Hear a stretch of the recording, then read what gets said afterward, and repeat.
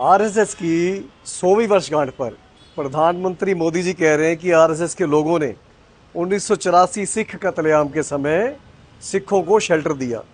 1984 सिखों के खिलाफ जो कत्लेआम चलाया गया था, अनेक सिख परिवार संघ के स्वयंसेवकों के घरों में आकर के आश्रय ले रहे थे।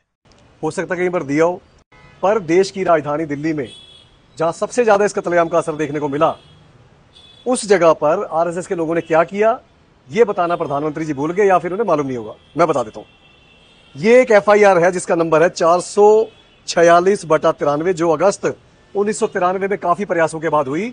और इस एफआईआर के अंदर 14 लोग जो आरएसएस के नेता हैं उनके ऊपर ये एफआईआर की गई। और इस एफआईआर में साफ साफ लिखा है कि आरएसएस और बीजेपी से जुड़े ये 14 नेता सीधे तौर पर 1984 सिख कत्लेआम में शामिल थे। प्रधानमंत्री जी, इसके बारे में डिस्कस कौन करेगा? और जो कत्लेआम के जख्मों पर नमक छिड़कने का काम आरएसएस ने किया है, उसके बारे में तो आपने बताया ही नहीं।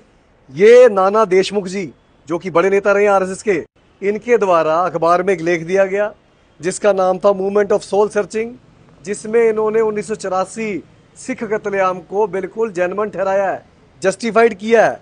Justified the Sikh massacre as a result of genuine feeling of anger, कि लोगों का गुस्सा बिल्कुल जायज है बता रहे हैं।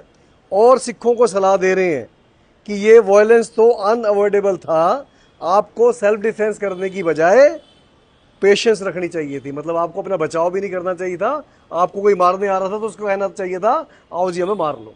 इस शख्स नाना जी देशमुख को पहले 1999 में पद्म विभूषण दिया जाता है। जो शख्स कह रहा है कि 1984 कत्लेआम बिल्कुल ठीक हुआ। फिर 2019 के अंदर इसी मोदी सरकार द्वारा देश का सबसे बड़ा सम्मान भारत रत्न अटल बिहारी वाजपेयी अवार्ड दिया जाता है।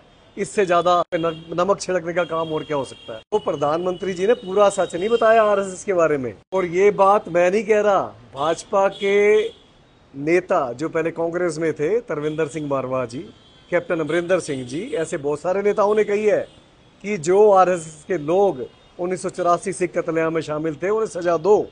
ते एक सवाल हुण मेरा दिल्ली दे सिख लीडरशिप नूं है, की हो गया तुहानूं? शर्म नहीं आ रही तुहानूं? ਜਦੋਂ ਸ਼੍ਰੀ ਅਕਾਲ ਤਖਤ ਸਾਹਿਬ ਵੱਲੋਂ ਕਹਿ ਦਿੱਤਾ ਗਿਆ ਹੈ ਕਿ ਆਰਐਸਐਸ ਦੇ ਪ੍ਰੋਗਰਾਮਾਂ ਵਿੱਚ ਤੁਸੀਂ ਸ਼ਿਰਕਤ ਨਹੀਂ ਕਰਨੀ, ਆਰਐਸਐਸ ਤੇ ਬੈਨ ਲਾਇਆ ਜਾਵੇ, ਆਰਐਸਐਸ ਫਿਰਕਾ ਪ੍ਰਸਤੀ ਤੇ ਨਫ਼ਰਤ ਵੰਡਦੀ ਹੈ, ਤੇ ਉਸ ਤੋਂ ਬਾਅਦ ਵੀ ਤੁਸੀਂ ਆਰਐਸਐਸ ਦੀ 100ਵੀਂ ਵਰ੍ਹੇਗੰਢ ਦੇ ਪ੍ਰੋਗਰਾਮਾਂ ਸ਼ਾਮਿਲ ਹੋ ਰਹੇ ਹੋ। ਸ਼ਰਮ ਆਣੀ ਚਾਹੀਦੀ ਹੈ। ਸੰਗਤ ਤੁਹਾਡੇ ਤੋਂ ਆਉਣ ਵਾਲੇ ਸਮੇਂ 'ਚ ਇਹਦਾ ਜਵਾਬ ਮੰਗੇਗੀ।